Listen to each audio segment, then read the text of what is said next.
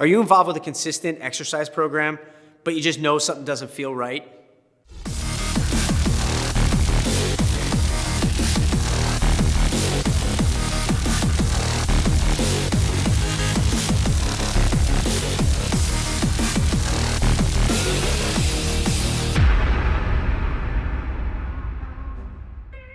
So one of the driving forces behind EFP and our mission to be so aggressive with changing the landscape of fitness is we're seeing so many different programs out there working with the idea that if we go hard and heavy in a specific moment in time, or if we really are focused on a specific level of intensity, those end up being the key factors to drive the results of the program.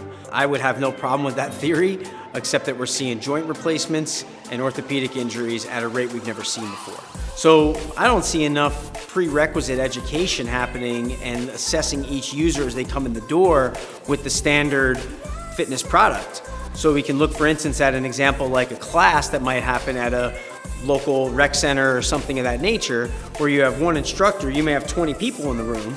Now that one instructor's two eyes is responsible for keeping 40 specific knees tracking in the right pattern, and frankly, it's just not gonna work. So part of the reason that we can explain some of these increases in orthopedic injuries is simply because the wrong people are doing the wrong things.